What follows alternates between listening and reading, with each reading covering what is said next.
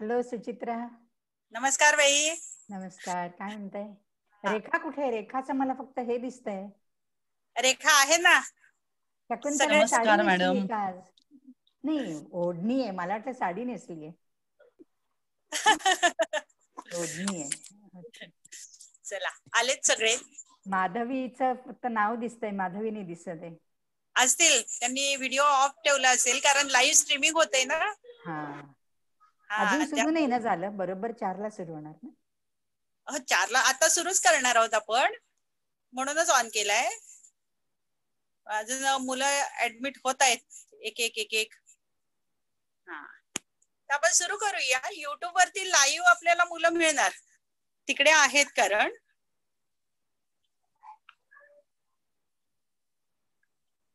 सुरू करूयात का मग आपण आता?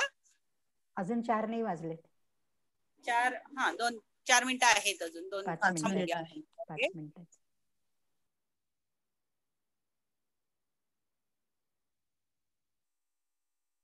हॅलो माधवी.